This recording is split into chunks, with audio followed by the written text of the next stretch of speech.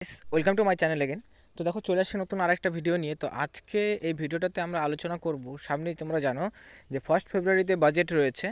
তো সেই বাজেটে অঙ্গনওয়াড়ি কর্মী এবং আশা কর্মীদের স্যালারি নিয়ে আমরা বিভিন্ন জায়গাতে বিভিন্ন রকমভাবে করে কিন্তু দেখছি যে স্যালারি ইনক্রিজ করতে পারে। দেখো এগুলোর সত্যি কি তোমাদের বেতন বৃদ্ধি হতে পারে কি না, এটা একটা খুবই গুরুত্বপূর্ণ একটা বিষয়।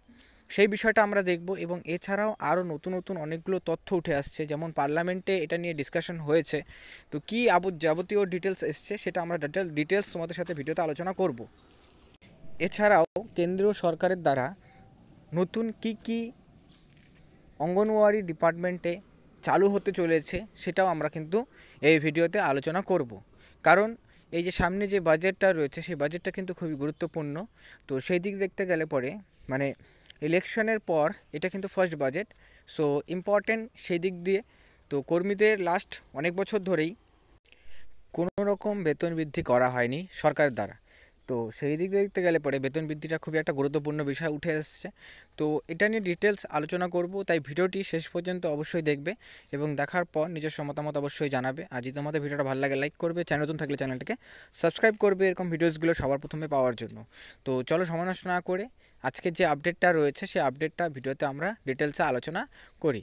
তো দেখো প্রথমত যে বিষয়টা আমাদের সবচেয়ে গুরুত্বপূর্ণ উঠে আসছে সেই বিষয়টা হচ্ছে যে অঙ্গনওয়াড়ি কর্মীদেরকে নিয়ে রিসেন্ট টাইমসে কী জিনিস উঠে আসছে। তো দেখো রিসেন্টলি কিন্তু পার্লামেন্টে আবারও যেহেতু বাজেট সামনে আসছে, তো সেক্ষেত্রে আবারও কিন্তু কর্মীদের বেতন বৃদ্ধি নিয়ে তথ্য উঠে আসছে, যেখানে মানুষের দ্বারা নির্বাচিত যে সাংসদরা রয়েছেন তারা কিন্তু এটা নিয়ে কথা উঠিয়েছেন এবং এটা কিন্তু রিসেন্টলি উঠেছে পার্লামেন্টে, যেখানে বলা হয়েছে যে কর্মীদের বেতনটা বৃদ্ধি করা উচিত। কারণ যেইভাবে করে সময় মনে করো পার হচ্ছে বা যেরকম করে জিনিসপত্র দাম বেড়ে চলেছে, কিন্তু অন্যান্য ডিপার্টমেন্টে বেতন বৃদ্ধি হলে পরেও তোমরা রিসেন্টলি জানো যে কেন্দ্রীয় সরকারের দ্বারা 8th পে কমিশন মানে 8ম পে কমিশনকেও কিন্তু এটাকে পাশ করা হয়েছে। তো সেক্ষেত্রে সেটা কিন্তু চালু হলে কর্মীদের যেমন বেতনটা বৃদ্ধি করবে, তো সেই দিক দেখতে গেলে পরে অঙ্গনওয়াড়ি কর্মীদের কিন্তু কোনো বেনিফিট তারা পাচ্ছেন না, কারণ তাদেরকে এই পে কমিশনের আন্ডারে আনাই হয়নি।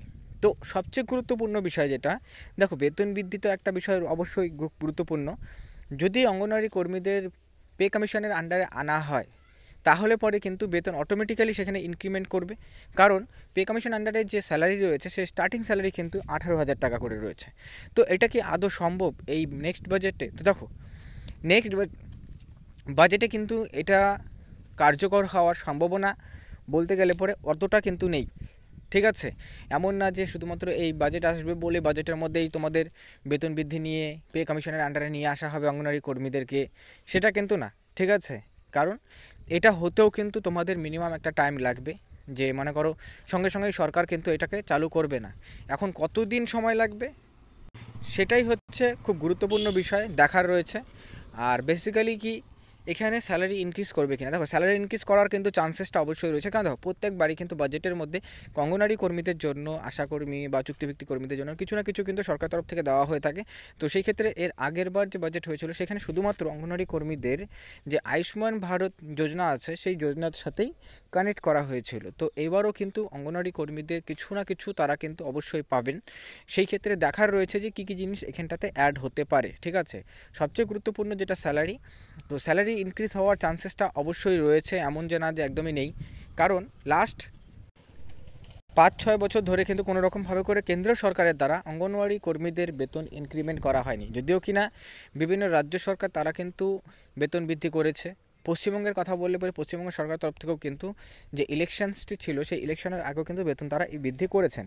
তো সেক্ষেত্রে কেন্দ্র সরকারের দ্বারা বেতন বৃদ্ধির সম্ভাবনা অবশ্যই রয়েছে, তো সেটাই দেখার রয়েছে।